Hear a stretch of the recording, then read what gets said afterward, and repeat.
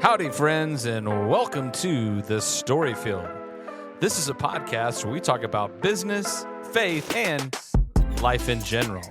Okay, so here's the deal. We want you to be encouraged. We want you living in hope. This life we live is complex. It's hard at times. At The Story Field, you will find great stories of normal people just like us who will inspire you. Our goal is that you leave encouraged, inspired, and excited to move forward in life. But before we get started, one thing though, if you're listening and you find yourself really hopeless right now, send us an email at hope@thestoryfield.com so we can pray for you. Thanks for joining us today. Let's get started. Hey, Storyfield. Say hello to Dr. Ben Edwards. Dr. Ben, thank you for making time, man. I'm really excited about today. Hey, Josh, thanks for the invitation. Honored to be here. Well, this is the first today for me because of you. This is my first podcast standing up. So right. If I pass out during the time or something, then I'll just pause it and we'll get going. So I don't know if I can make it the whole time. You better not pass out. That'd be bad advertisement for me. Yeah, okay, all right.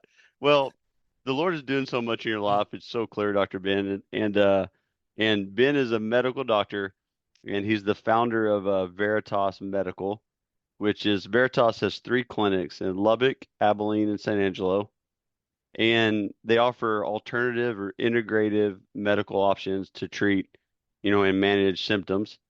But where I heard about you, Dr. Ben, was through Veritas Wellness, which is your education platform that you help and you support and guide people, really to gain knowledge about the American diet and the lifestyle choices which have resulted in some of the sickest people in the world. So, just kind of consuming your information and content. You can hear Dr. Ben as well on his podcast, which is You're the Cure. You can find it on Apple Podcasts, and you can find all the episodes, from what I can tell, through the Veritas Medical channel on YouTube. And go to your website. What's your website, just so I don't forget it? VeritasWellnessMember.com. Okay. We just turned that website on last month. VeritasMedical.com is the old website. It should redirect if people hear me say VeritasMedical.com on previous podcasts. But VeritasWellnessMember.com for sure will get you there. Yeah, it's really cool. And you have some really new things which we're members of and about to utilize, just some of the really neat meshing of just the medical support, all the education, bunch of classes, content, and some cool things. So please check that out. So there is a high probability that I might say something dumb, because this is a big world that's not my lane at all. So bear with me. Speak to us as if we're not, medically educated. But we like to start at the story field with hearing a little bit about your story, and then I want to end up.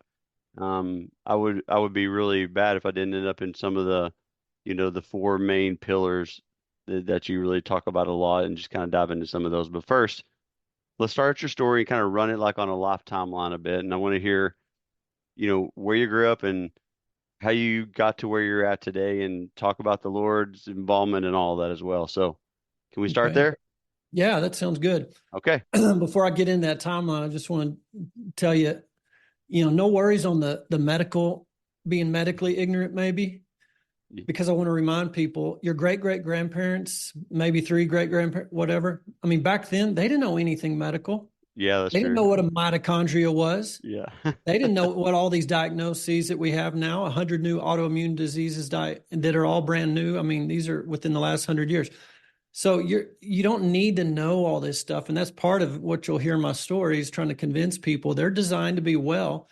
It's deception and accusation that keep us sick. And I'll explain that later. So it's okay. Trust your design, but we've been deceived on some things. So we'll kind of get there, I guess. So my story, grew up in Central Texas, down south of Waco, a little town. It's not too little now. It's just opened up its 2nd high school, both 5A, I believe. Belton is where I grew up. Kind of tiny. When I was there, both my granddads were doctors there in that town. And they were old school, docs that did it all. I was reading through some of their old stories the other day. They've both since passed, but I mean, they did everything. They've made house calls on everybody, delivered babies in people's bedrooms, set your broken bone, cut off, amputated your leg if you needed it. Those They guys were did. the Wild West of Yeah. positioning. Yeah. Yeah. So they were awesome. Of course, when I was born in 74, so they weren't doing a whole lot of that by the time I could remember and see things. But earlier in their career, that's what they were doing. It was awesome. But there were pillars in the community, deacons at the church, different civic organizations, just those, small town men of, stature and believers, and just love people, help people. So I grew up watching these guys just really influence the community in a positive way and help people. And so that was just in me, I guess, to help people. And went to undergrad at Baylor. Okay. Then changed my major 5 times. Oh, Trying to run away. Actually went political science for a little bit, thought about law school. were you thinking initially med school? I mean, the whole time. I mean, you grew up in that. I was, I mean, yeah, both grandpas. that was in me. I was doing pre-med prerequisites, the sciences all through there, but I really didn't want to be in school that long, medical school, residency. I couldn't see that. I didn't want the debt, just all that, so I was really looking for something else to do and just nothing satisfied. So that summer before my senior year, I finally just gave in. And May the Lord wasn't going to let you get away from that. He said, "This is what I that's want for it. you." Yeah, Yeah, yeah. you can't run from that thing that he put in you. I mean, you can try, but it gets real tight and real hard. So anyways, and I didn't think I was smart enough. I mean, I was decent in school. My science GPA is like a 3.5. My MCAT was okay, kind of borderline. My advisors at Baylor were saying, I don't know. But when the Lord says go, you go. So I got accepted UT Houston Medical School, graduated from there in 2002. Texas Medical Center down in Houston's amazing. 2 medical schools there, Baylor and UT Houston, nursing school, pharmacy school, dental school. I mean, it's an amazing complex. MD Anderson, did most of my rotations there at MD Anderson. So I learned a lot of conventional medicine. It was great. Graduated from there thinking, I just learned everything there is to know to go out and help people.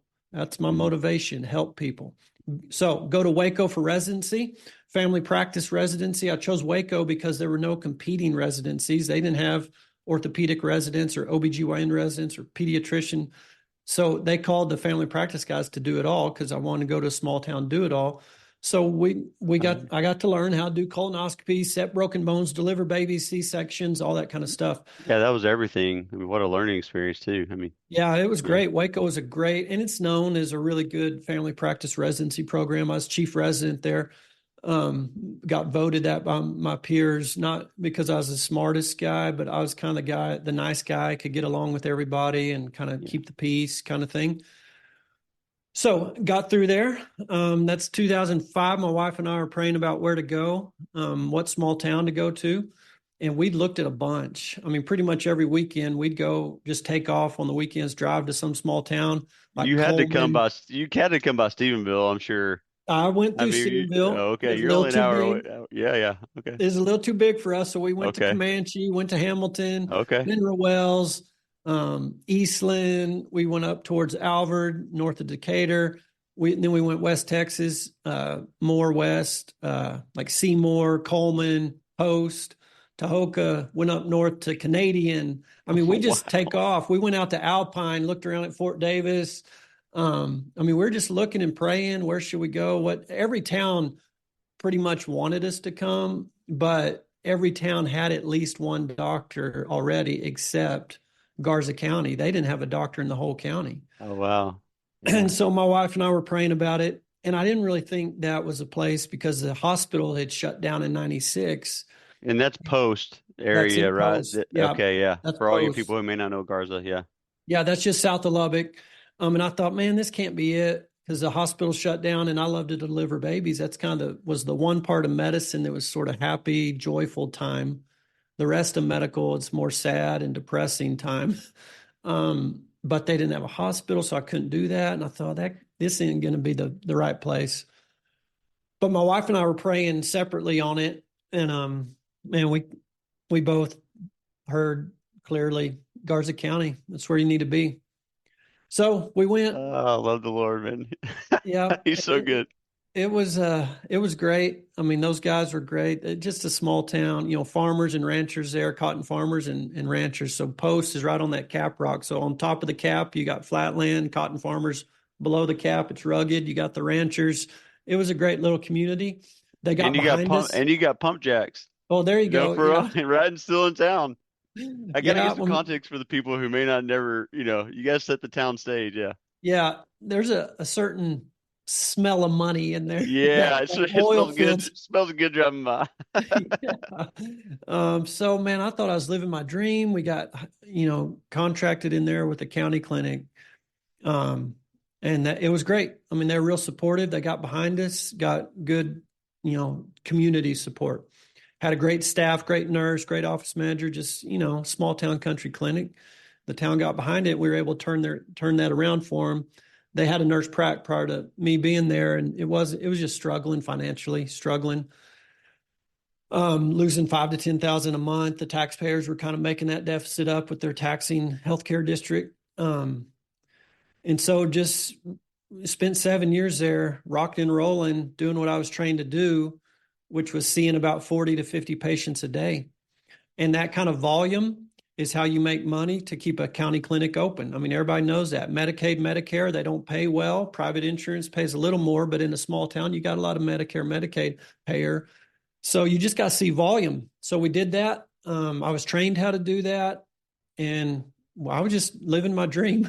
So I was doing the Friday night football game, team doctoring. I was doing the county jail, the juvenile detention center, the nursing home, house calls, kind of just doing all that stuff that I thought was my dream. The Washington Post Texas Monthly did an article on us. Not sure how they connected with us, but once I was featured in Texas Monthly, I think mostly on how do you be successful in a small town clinic, keep these doors open. It was during that Obamacare debate era. Mm-hmm. So then Washington Post picked up on that. They asked if they could come down and follow me around for a week, which was hilarious. There's some stories. Oh my gosh, I bet.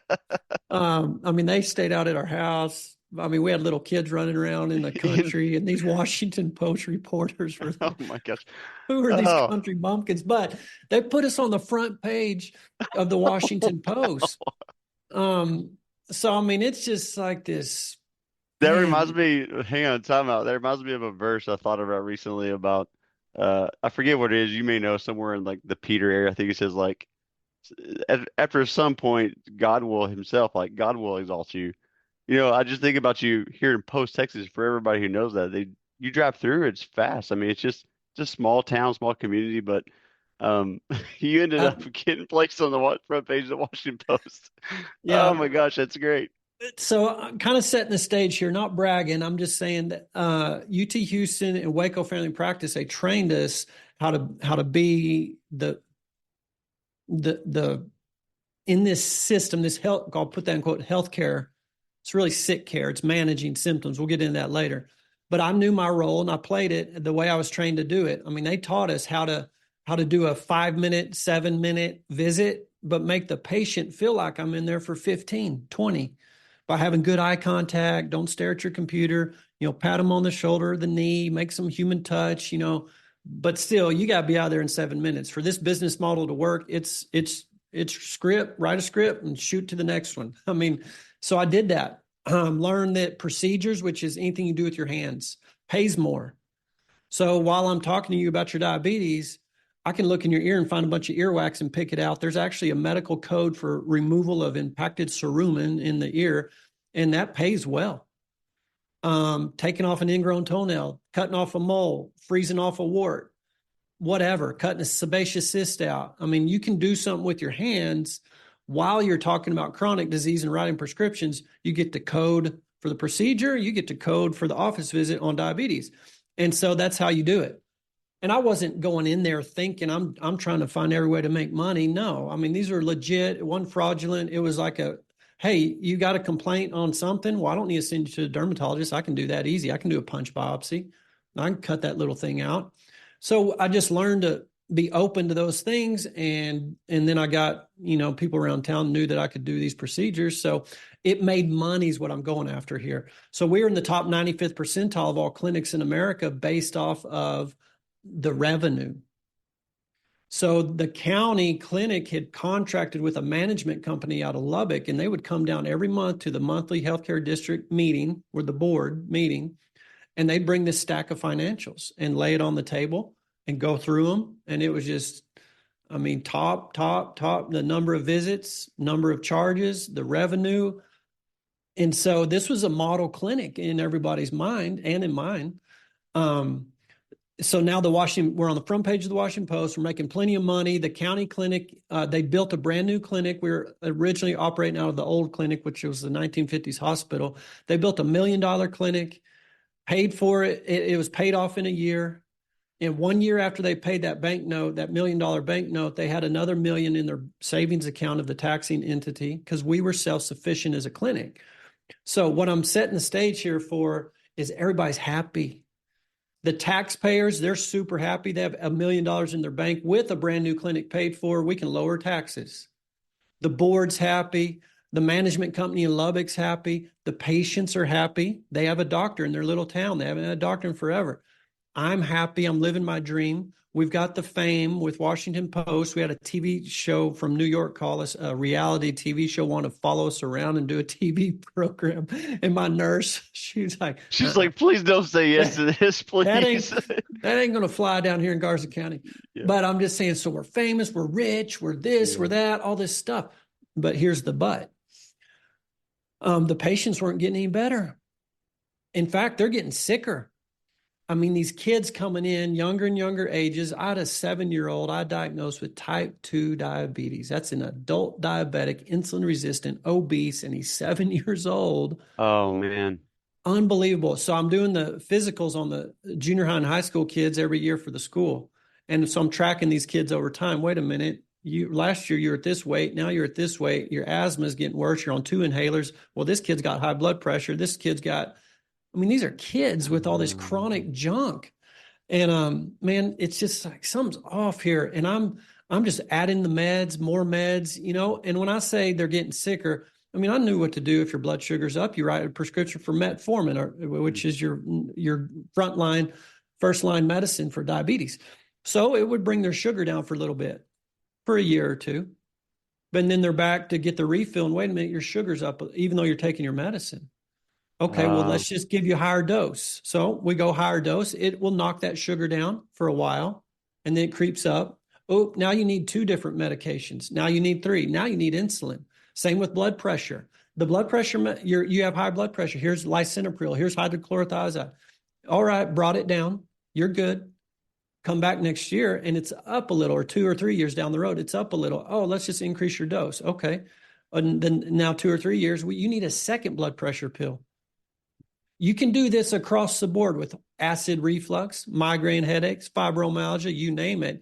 And some of these quote unquote diseases, there aren't good treatments for, like fibromyalgia. So anyways, I was doing what I was trained to do, writing the prescriptions, doing everything.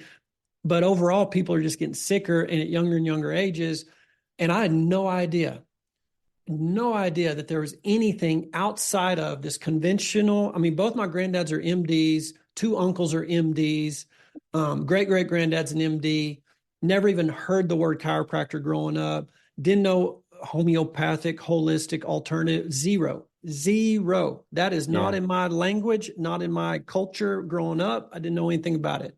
So one looking for anything alternative, now looking back, I can see, man, all they taught me in medical school to do was treat a symptom, manage a disease. And you can ask your doctor this, hey, do you reverse asthma or do you manage asthma? Yeah. Do you reverse diabetes or do you manage diabetes? Do you manage hypertension? Do you manage fill in the blank? And they will say yes to the management part.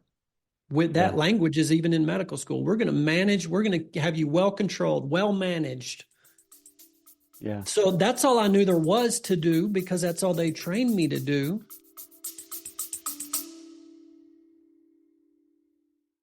Hey, y'all. I just want to make an observation. When I see someone going through a legal situation, it seems like there are way too many unknowns. Well, the Allen firm provides legal guidance so that you can make a great decision, come to a resolution, and be at peace. For more information about the Allen firm, visit allenlawfirm.com. But that awareness started to come in, and you started to step back and started to see all the kids and all your patients, like something's going on here. And you were Yeah. 7 years in at this time, 7, 8 years. Yep. And I mean, it's wasn't really even a conscious thought. It's more of a, man, this thing's kind of getting tough, seeing 50 a day and juggling nursing home and house calls and all the stuff. Like the whole burnout thing's kind of starting to get in my mind a little bit. But there's no way I can quit now. I've got 4 kids at home. Yeah. And, this is my dream, and we'll just get it done, and I'll hire a PA to help me. And you just learn to manage your workload. Yeah. But as far as like looking at another way to do things, I wasn't looking for another way. I didn't know there was another way. If there was another way that was more beneficial, MD Anderson would have taught me that, is what I thought. Yeah. But then the truth got, boom, introduced to me real fast. And I don't know how much time we got. There's a little tangent story here that's we have time. Yeah, keep going. I've got a there's always that moment. I love that. So I was waiting on this. Oh, here's a moment. I still laugh thinking back. So I've been asked many times to go on a medical mission trip in medical school, residency. It just never worked out, even my first years in post. But then I had a lady, good friend, down in Post. They went to the Methodist church. We were at the Baptist church at the time. And she asked me to go to Malawi to see these orphans. They'd never seen a doctor in their whole life. And we prayed about it. My wife and I, she was 7 months pregnant with our 4th. And we just got clarity. We're supposed to go, and both of us, and we're supposed to bring our oldest boy, who at the time was 9. And I'm like, yeah, let's do this. And so it was like 2 days before we were going to go to Malawi. My sister, who lives down in Austin, she's a physical therapist. Well, now she works for me, but Emily sent me this email. Hey, Ben, check out this book by David Platt called Radical. And don't read it. It was a pretty distinctive cover, orange cover, upside down house, Radical. Awesome. But anyways, I just delete, I didn't have time for that. I'm going to Africa tomorrow. Well, the very next day, I get my email from christianaudiobooks.com, their monthly special, Radical, David Platt. And I'm like, well, what a coincidence. Delete. I know, we're so slow. We're like, Yeah. So go to Malawi. I'm not thinking about those books at all. I go to Malawi, me and my wife, and there's a lot of stories there, like church over there. Completely different deal. And the joy of the Lord these people had. They had nothing material-wise, but the joy and the love of life and the love of the Lord. It's just hard. I can't even describe it. But anyways, 10 days, saw these orphans. On the 10th day, they sent us on a safari for R&R to kind of rest and relax. And my wife was 7 months pregnant. The safari was a 5-hour bumpy dirt road bus ride. So she stayed home in the tent. My son and I went, and we're driving through Malawi, get to the border at Zambia, because the park to do the safaris in Zambia. And I mean, we're in the middle of nowhere, dirt road, out in the bush. And we get to the border crossing, and the border is a chain link fence. It's like 20 yards long, and then it just ends. There's no fence after that. And with a gate. And so we get off the bus, walk through the gate. I'm the first one through, show the passport to the guard at the little chain link gate, go through the gate. There's another bus on the other side. I hop up in the bus. I'm walking down that aisle to get to the back of the bus. There's nobody on this bus. I'm the first one on. I'm walking back, halfway back. Something catches my eye, and I look down the seat, and that book, Radical, it's sitting right there. Yo, come on. I'm telling you. I'm like, what? Wait a minute. Gosh.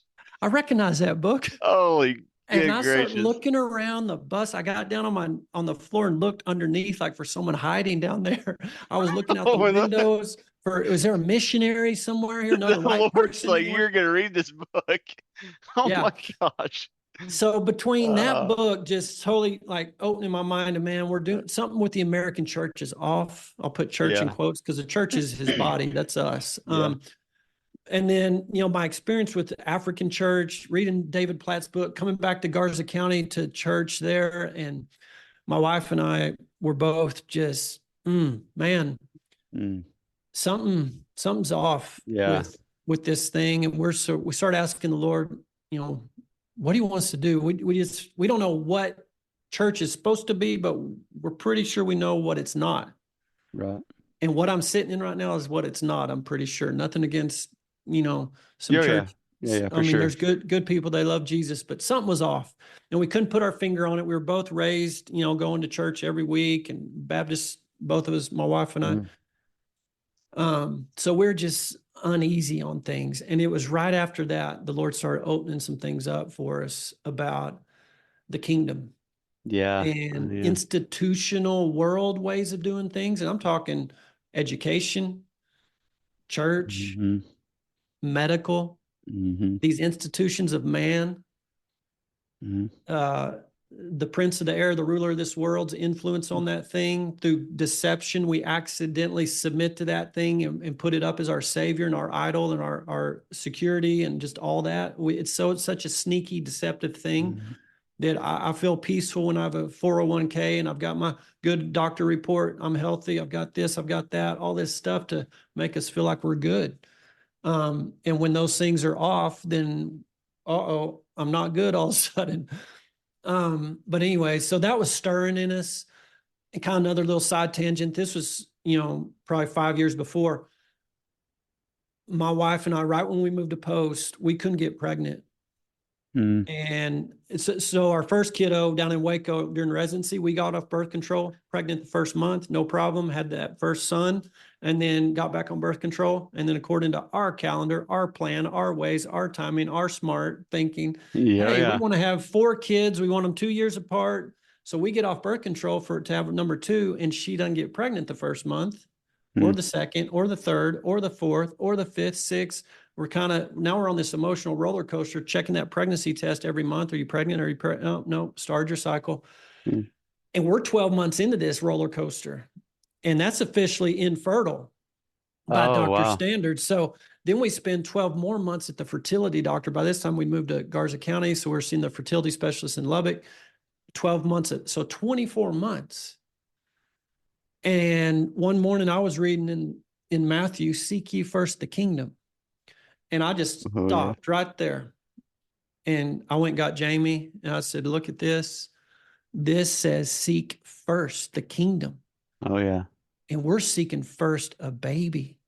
And every month, every 30 days, seeking that thing so bad. And when we don't get it, we're crashing, especially Jamie. I mean, me too. I was sad, but it's this constant seek. No, we'll seek more. No, let's seek doctors. Let's seek fertility. Let's seek all this stuff.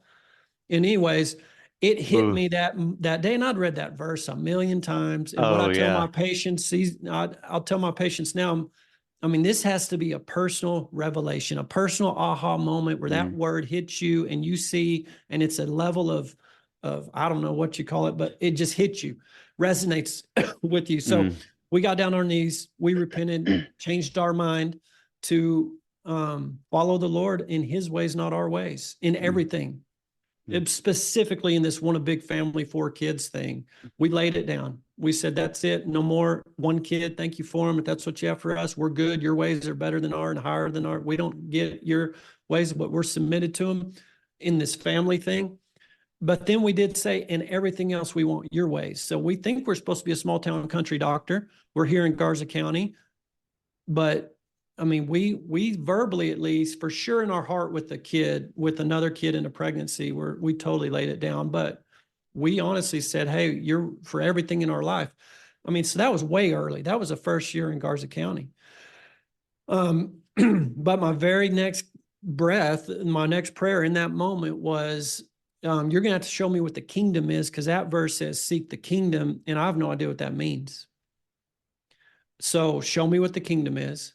And then my very next confession, now knowing what Jamie Winship and what he's teaching, now being honest, I didn't know that back then, but looking back, my very next prayer was, I believe, but help me with my unbelief. Yeah. Because I'd been under that Darwinian evolutionary biology teaching for 12 plus years. And all my mentors, professors, idol kind of doctor world, they were all evolution, evolution, evolution. And in my mind, Genesis and evolution, you can't really mesh them. So I had a lot of unbelief, even though I was raised in a religious upbringing. But so I confess that. Oh yeah. So that was way early. That was the first year in Garza County. And the Lord just started bringing these scientists into my life back then.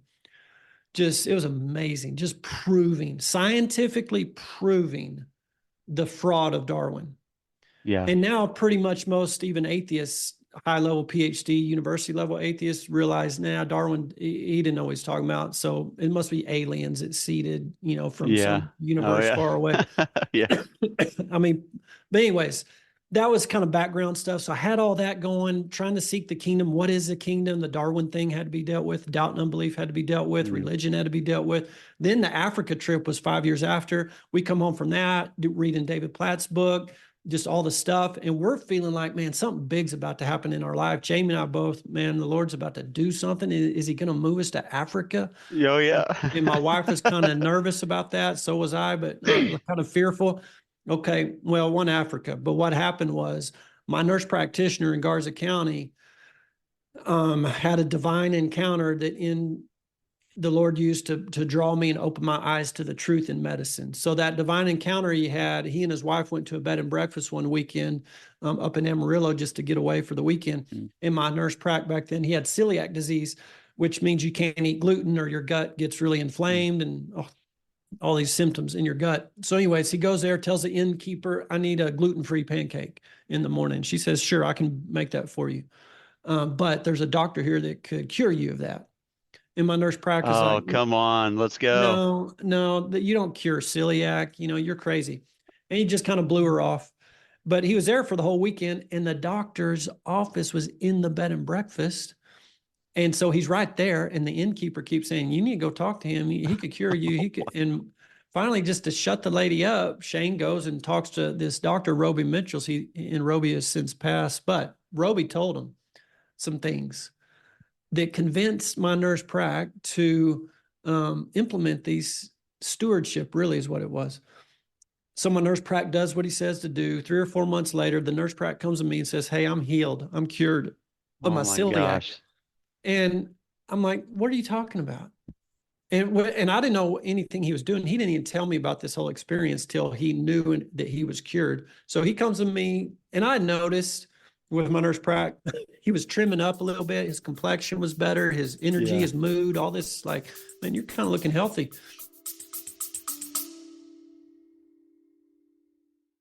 Unstuck Coaches hates it when movement and progress in a person's life or business is stuck or frozen or slowed or just stopped altogether. Well, we have found a solution. Unstuckcoaches.com. They offer a variety of coaching services to get you or your business moving again. Check out unstuckcoaches.com. The light's already blinking for you anyway, so Lord just teeing you up. Yeah. So he told me, I cured my celiac, or this doctor told me some things to do. And I'm like, whatever, get back to work. You're crazy. And so he went to prove himself. He went and got a burrito that the drug reps had brought breakfast burritos that morning. Normally he wouldn't even get in the same room with a wheat tortilla. And he ate that tortilla. And at lunch, he went to Holly's and got a hamburger. And then that afternoon, he ate cookies from a drug rep, brought cookies from Slayton Bakery. Oh, so yeah. That 3 big exposures in one day, and he was totally fine. Came to work the next day, totally fine. Normally, he would have been sick for a day or 2 or 3, bloody diarrhea, cramps, all this stuff. He was fine. And I was like, whoa, what's going on here? And I'm processing this thing like this shouldn't be happening. Shane's telling me he's cured. He ate this stuff. I don't see any symptoms. Maybe he's lying to me. Maybe he's deceived. Maybe he's, maybe it's some placebo effect. Maybe he got miracle cure. God can do a miracle in a moment. He can do what he wants. I was just going through these things in my head. But one of the things was, maybe this doctor in Amarillo told him to do something that actually worked. Oh, wow. I mean, that was a moment of just in my mind, man, I got to make a decision here. I can either ignore all this, which there's no way Shane, my nurse practitioner, was going to let me ignore it. Yeah. I mean, because he's all in now. He's like, man, if this works for this, what else could it work for? So I, at that moment, made a decision because I knew I was going to have another celiac patient come to the office someday. Yeah. So was I going to tell that patient, keep eating gluten-free the rest of your life? Or was I going to tell that patient, there's actually two options. I'm going to present both to you. You decide. Yeah. Eat gluten-free the rest of your life. That's what I learned in medical school. That's called standard of care. Here's an alternative thing. I don't know anything about it. My nurse prac did it. He got better. Maybe that was a one-off. I don't know, but I'm going to at least tell you about it. And if you want to explore that, okay. So I made that moral, ethical decision that I'm going to give the option, even though I had no idea anything about it. Oh, that took some faith right there. Anyways, like, I mean, you're putting yourself out. I mean, Yeah. So I thought, man, I got to call this doctor in Amarillo if I'm going to be like given an option. I don't know what this guy's even doing. And if Shane's going to be given this option as my nurse prac and I'm his overseeing physician, I got to know what this is about. So, I mean, I'm telling you what I said earlier, clueless about alternative. Yeah. I literally am clueless about anything alternative. Now, side note, if your listeners don't know, you need to know. If you're a part of the traditional United States healthcare system and seen a conventionally trained United States healthcare trained medical school trained doctor, you're on the last place team. That system gets the worst health outcomes of any healthcare system in the world.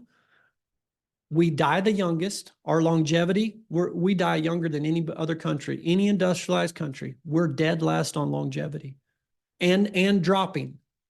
It's not even close, actually.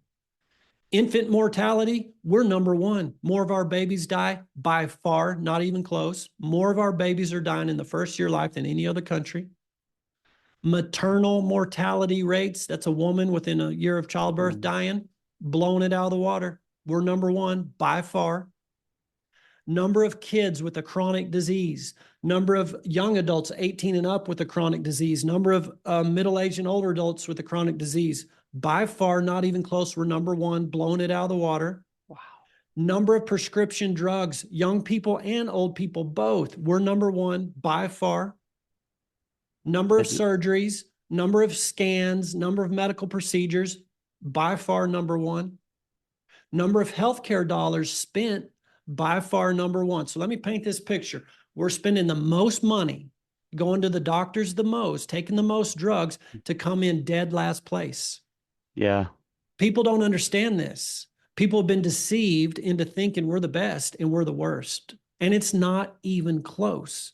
And later in the show, we'll drill down into the why behind that, because it didn't used to be that way. 100 years ago, it wasn't that way. We're one of the healthiest and hardly going to the doctor at all. And in 100 years, we've just totally plummeted. Yeah, So we'll talk shocking. about why. But anyway, so do we need an alternative? Absolutely. Yeah. We're dying, we're sick, and it's awful. But we'll get into that later. Back to the story. So I call this doctor up. I'm like, okay, my nurse prac, he's not having any symptoms from celiac. He's eating wheat. What are you doing? Number one, who are you? What are you? What are you doing? What kind of quackery stuff are you preaching? Yes. And he starts saying stuff like, Ben, if you weren't born with it, then you probably don't need to keep it. Meaning any disease you weren't born with, something caused it. It's a consequence to something. Be a good doctor, a good detective, track that thing back and just really figure out what the body needs that it's not getting and what is the body being exposed to that it's not supposed to be. Do those two things.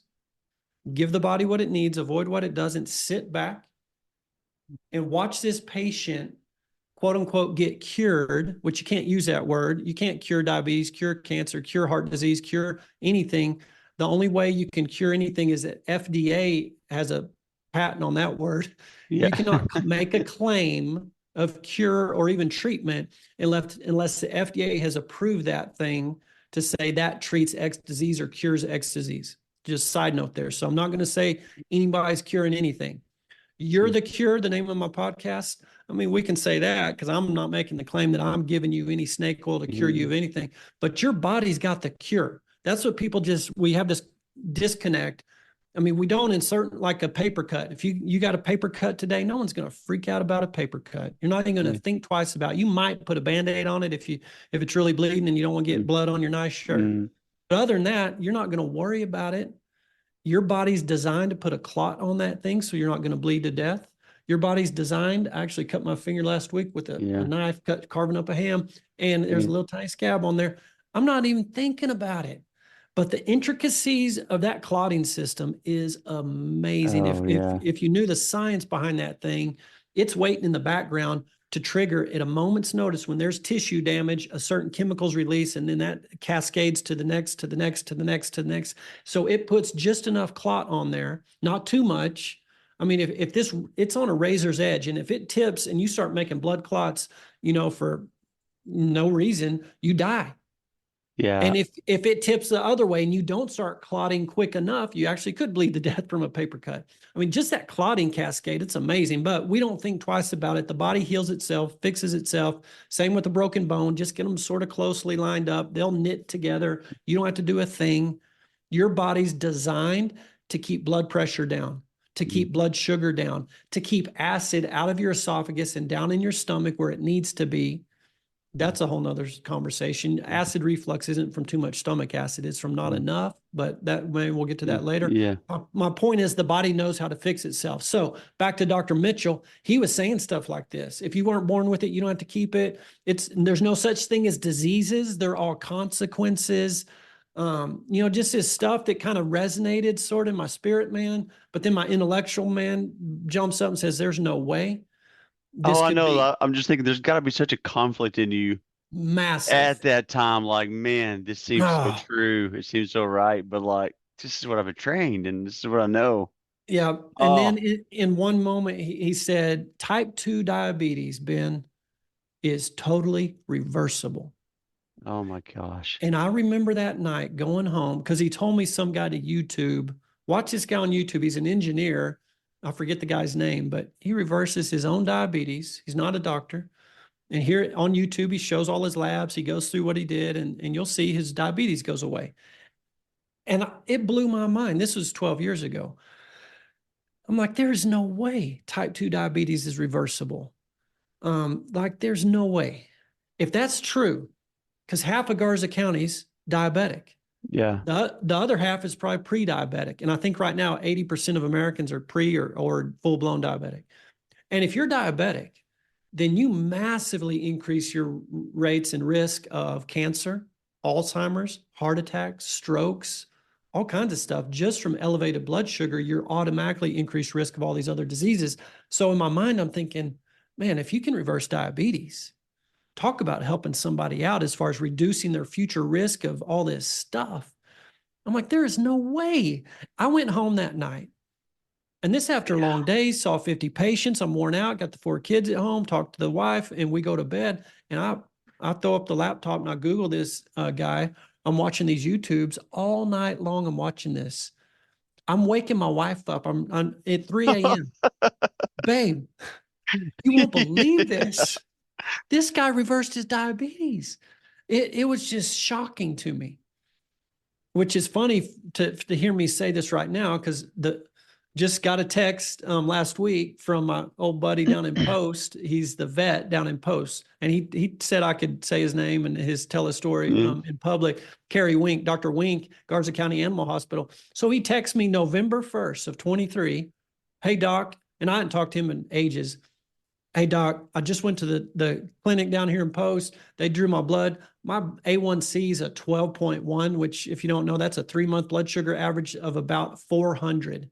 So for 90 days, he's been cruising about 400 and you need to be about 100. Yeah. He texted me that November 1st. He's like, they gave me a bunch of prescriptions. I don't really want to do that. What do I do? I'm like, okay. Shot him a little text. I don't know how long the text was, not super long. Number one, go sign up with our wellness navigators because they can walk with you through this. Because what I'm about to tell you is going to seem like foreign language, although it's not. It's eat real food. If God made it, eat it. You need sunshine every day. You need to move every day, every hour. Don't sit for more than 2 hours in a row. You need to remineralize. So go drink some sea salt. You need a lot of.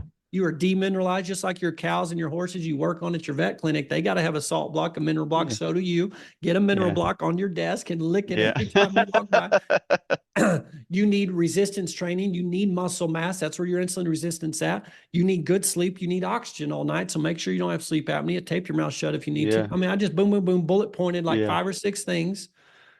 And I knew he'd have questions on it. So I said, get with my health coach. He texted me last week, February 1st. That was his 90-day check.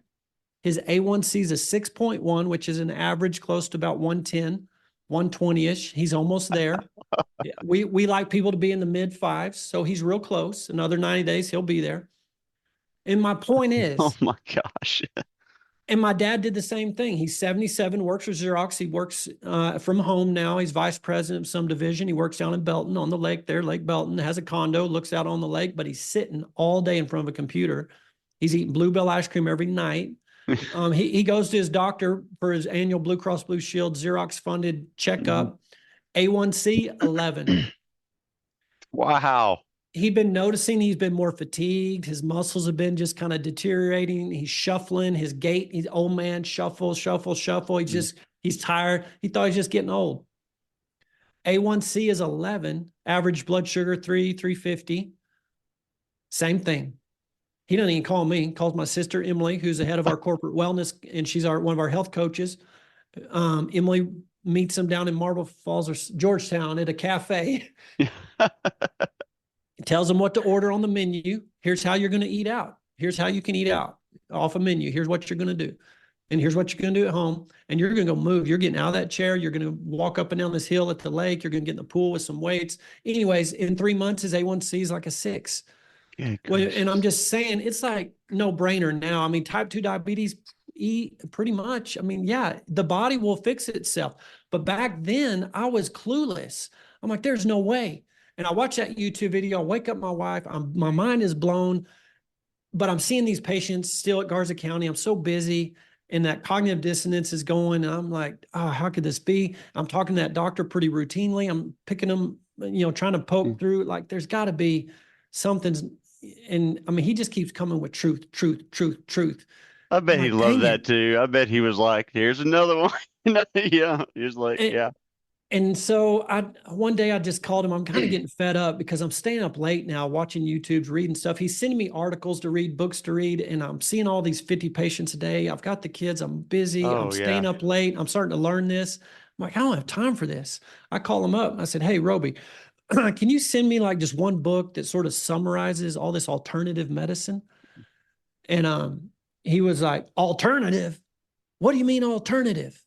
And I'm like, well, this kind of different sort of hocus pocus quack stuff that people say is quack. I'm like, and he's like, Ben, Mr. Big Shot down there in Garza County on the front page of the Washington Post. Next time at your clinic, they just built you down there. You're going to grow out of that thing. You're going to need to build an addition to that clinic someday. And when you do need to add on to that clinic, who are you going to call to design it? You're going to call the engineer or the alternative engineer? Next time you need to go to a medical conference, you're going to call the aviation guys to fly you there or the alternative aviation guys. Next time your car's making a weird noise, you're going to take it to the mechanic or the alternative mechanic. He said, Ben, God put laws into this realm, into the natural realm and the spiritual realm. You've got to know them, understand them, and live by them. And if you don't, there's consequences to that. You jump off a 5-story building, you're coming to the ground and you're going to probably be hurt. And that doesn't mean because God doesn't love you, but he expects you to operate in the parameters of the natural realm that he built for you. That actually he told you to take dominion and steward. And you need to do that. And we're not doing that. Nobody understands that you can't drink high fructose corn syrup all day. You cannot take vegetable oils, cottonseed, soybean, corn oil, canola. You cannot press these hard seeds, get that rancid, PUFA, industrialized, adulterated seed oils. You can't sift out the wheat and remove the 70 different nutrients God put into wheat. Wheat and carbs, that's not the problem. It's man food, adulterated, sifted wheat. And that's what started happening in the 1920s. They ground that wheat and then they sifted the germ. They left the protein and starch, the germ and the bran out because the germ and the bran go rancid. If you leave them in, that whole bag of flour is going rancid. We got to take that out so we can have shelf life. So now we got the shelf life, so it can sit on that grocery store shelf and we can ship it all over the country, no problem. It can sit there for years, actually, because all it is protein and starch. Yeah. Well, just so happens there's 0 nutrients of the 70 nutrients I said God put into that wheat for us. We sifted it out because it's in the germ and the bran. It's going to the feed yard. Yeah. So you were learning all this. So I want to get into this on our next episode. So don't go too far down the nutrition stuff because I think that's where we'll head next. Keep talking on as we kind of land here in the next 10 minutes or so. And then, we're going to pick up on our next episode about the nutrition. I want to get into that. But so you were consuming information from your Amarillo doctor who was just really blowing your mind. Was it a slow on-ramp and you just started to make transitions into how you're, speaking with your patients and, guiding them? It happened pretty quick. So basically it was after that diabetes, when he said you can reverse diabetes, I'm like, oh, wow. Well, I had an old man come see me. He's an old former coach, 74 years old, my patient in post. I've been there 7 years. So I know this guy, go to church with him. I know him. And he was on 9 medications. I'm the one that prescribed them all. He was on 4 diabetes pills. They weren't working. His sugar's still high. So he needs insulin. And I told him, and he's like 330 pounds. I said, you need insulin. Your sugar, these meds aren't working anymore. Sorry. Your diabetes is too severe, too far gone. He said, Doc, I'm not giving myself a shot ever. I don't care. I'll die. If I die tomorrow, I don't care.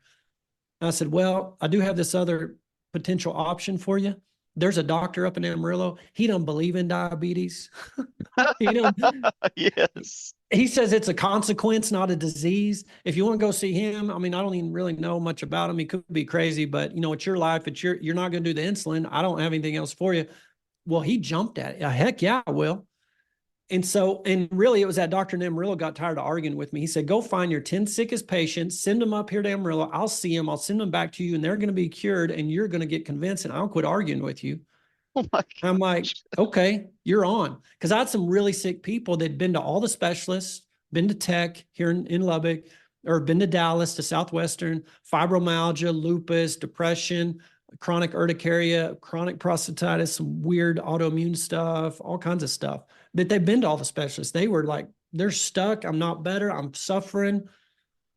And these 10 patients went and they all came back better. And I'm talking, most of them were all the way better off their meds, like the 330 pound, 74-year-old on 9 meds. He's off all of them except for a half of 1 blood pressure pill. And his sugar's normal. His blood pressure's normal. He has no more acid reflux and his joint pain's gone. He's sleeping like a baby. Comes back to me and says, thank you for referring me to that doctor. And he's crying. He's like, I'm out of my recliner. I can tie my own shoes and see my feet now. And I'm out in the garden, working in the garden and playing with my grandkids. I have my life back. Oh my so gosh. It was after those 10 patients, I'm like, man, I got to do this. I'm going to offer it as an option. I'll keep doing old school way, 50 patients a day, but I'm going to offer this. And if people choose this, I'm going to tell them to do a follow-up, schedule a follow-up for 1 hour. I told my office staff, we're going to do 1 hour visits. If anybody chooses option 2, fix it. So I go to the hospital board and I told them, guys, I'm not going to advertise it. I'm not going to go out there preach it. But if someone is in the office and asks me to help them reverse their reflux, reverse their diabetes, reverse their hypertension or whatever, then I'm going to give them an hour. So if we have enough people, that's insane in that model you're operating, right? It doesn't work. So they knew it wouldn't work. I knew it wouldn't work. I tried to ride the fence. We tried to bring in another doctor and kind of play this game and have a foot in both worlds. And the Lord said, no. And it was a Friday afternoon that the company up in Lubbock, the management company, called me and said, you're out. Be out by Monday morning. Oh, wow. So I called my wife, said, meet me at the clinic with the truck. We got to clear out. We got to be out this weekend. And that's where it all ended. And Veritas started. We're laying there in bed. I said, I'm going to start my own thing. We're going to charge cash only. I'm going to get one of those little square things on my phone. I'll just swipe a card and it'll go right into our account. People come see me. I'm paying. They'll pay for my time and I'll Yeah. give them what I have at that moment. I didn't think I had that much, but the Lord said, do it. So I rented a $100 office from the Farm Bureau agent down on Main Street in Post, Texas. She had a little extra office. And I bought a used office desk and chair and a laptop. I was all in for about 500, and people started coming. I gave them what I had, which wasn't much, and their body started fixing itself and getting well. And they'd go to church and tell 2 of their friends, and then those 2 would come. They go tell 5 people, and it just grew and grew and grew.